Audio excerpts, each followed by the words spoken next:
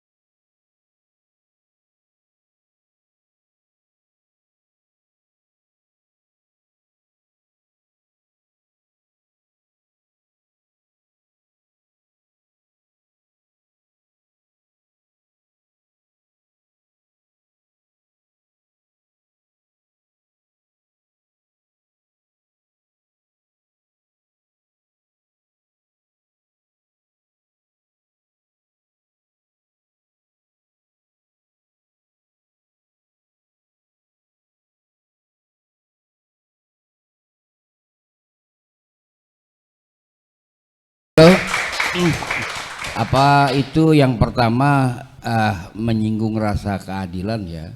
Kalau divonis karena bersalah telah berbohong, gini, yang dirugikan mohon maaf nah begini, yang dirugikan oleh bohong itu, kalau memang bohongnya ada siapa kan nggak dijelaskan siapa yang dirugikan. Jadi tidak dapat dipahami peradilan yang berlangsung minggu lalu yang memvonis 4 tahun kepada Habib Rizik Syihab. Sebenarnya di dalam sejarah politik Indonesia hal begini bukan baru ya. Kalau dikata keberuntungan, masa lalu politikus Indonesia lebih parah karena penangkapan dan pemenjaraan itu nggak ada interogasi, dibuik saja, disimpan saja dan diseksa. Salah satu yang diseksa karena saya besuk di tempat tahanannya di Cipanas, yaitu Kiai Haji Ghazali Sahlan, terakhir Ketua Masyumi DKI. Beliau itu 3 bulan tidak bisa makan karena mulutnya disetrum,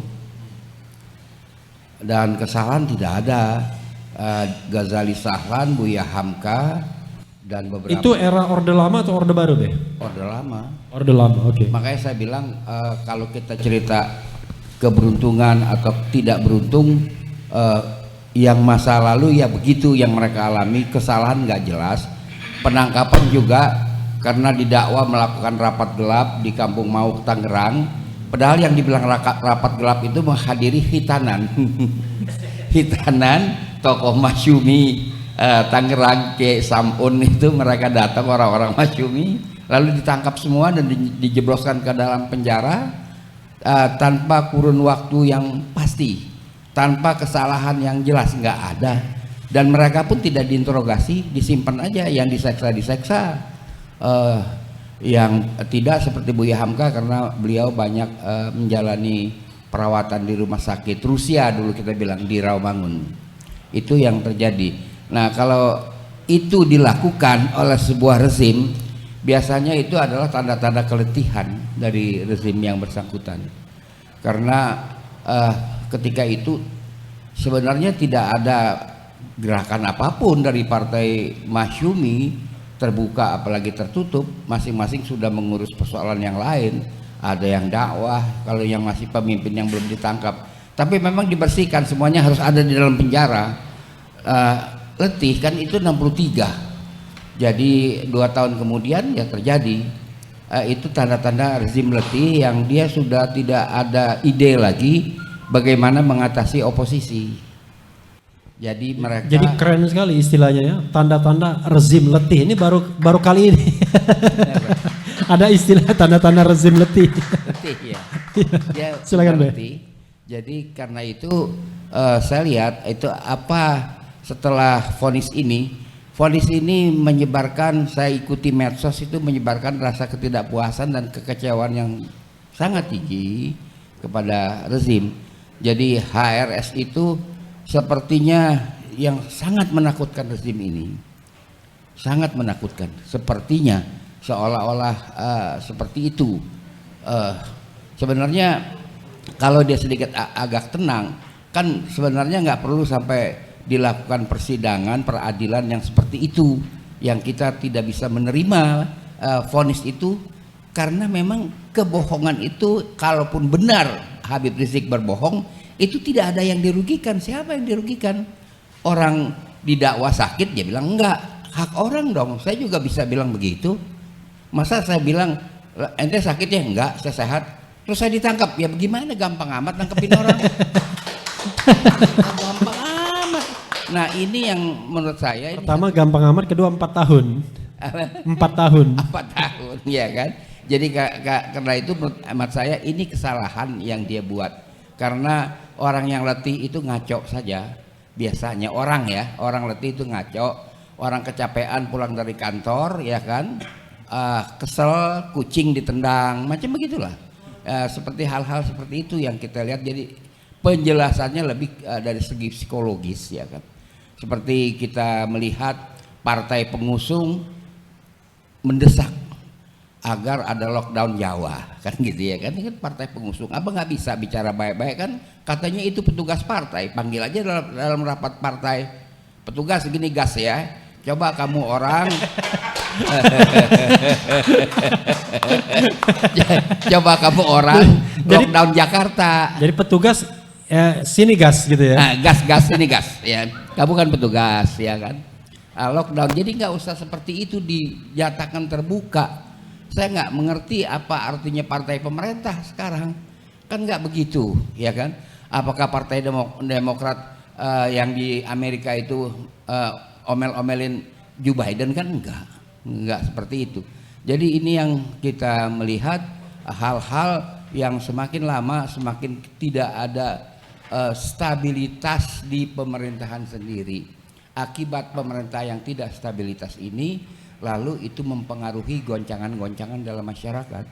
Goncangan-goncangan dalam masyarakat, ketidakpastian tentang misalnya bagaimana cara mewaspadai Covid. Itu ingatlah saudara-saudara, Covid itu kita lewat berpapasan saja jarak 3 meter bisa nular. Diterangkan begitu. Besok barangkali akan dikatakan, ingat kalau tidur hati-hati, nanti saudara bisa bermimpi ketemu orang Covid dan pagi-pagi saudara terus terpapar. Ya, bisa ke sono, perginya tuh bisa ke sono nanti kalau kita ikutin campaign waspada Covid ini, memperlihatkan kepanikan, keletihan dan sebagainya. Sampai berapa jauh ini akan mereka bisa bertahan untuk menghalau keletihan dan kepanikan, sampai berapa jauh? Itulah akibat yang diderita oleh saudara kita Habib Rizik bin Syihab. Mudah-mudahan mereka tabah. Sebagaimana saya jumpai tahanan-tahanan politik Masyumi, bahkan menceritakan penderitaannya pun dia ogah. Dia nggak mau. Hanya Ghazali Sahlan itu pun surat pribadi kepada anaknya memperlihatkan kepada saya. Oke, kita pergi ke tempat bapak lu, saya bilang begitu kan. Lain-lain nggak ada. Jadi itulah sebagai kita yakin Habib Rizik pun demikian, nggak perlu menceritakan penderitaan kepada orang lain ya. Walaupun ini sangat berat ya, saya mengerti ini sangat berat buat Habib Rizik, seberat apa yang dialami oleh tokoh-tokoh pejuang Islam masa yang lalu ya. Tetap sabar adalah konservasi energi. Bukan semata-mata sabar itu orang kagak ada kerjaan. Sabar itu bukan kagak ada kerjaan. Sabar adalah konservasi energi. Bertahanlah, insya Allah kekuatan ini kekuatan yang begitu hebat di kalangan masyarakat, yang menampilkan kekecewaan sampai kemarahan terhadap apa itu pemerintahan hari-hari, ini akan mengganggu equilibrium. Lalu akan terjadi proses re-equilibrium. Ini yang disebut krisis. Terima kasih.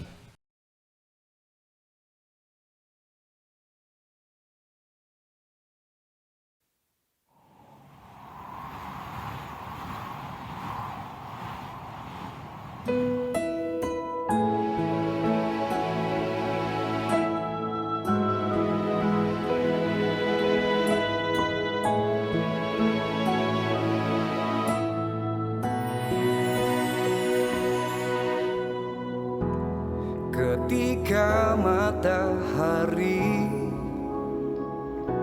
hanya di atas kepala, panas melelehkan.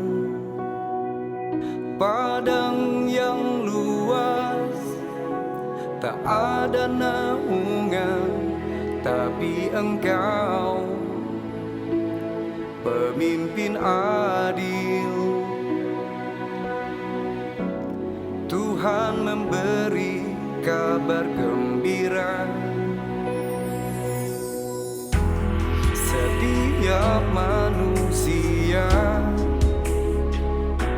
adalah khalifah di muka bumi ini,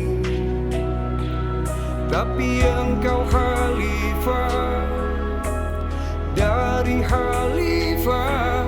Kau dinaungi, Kau diselamatkan.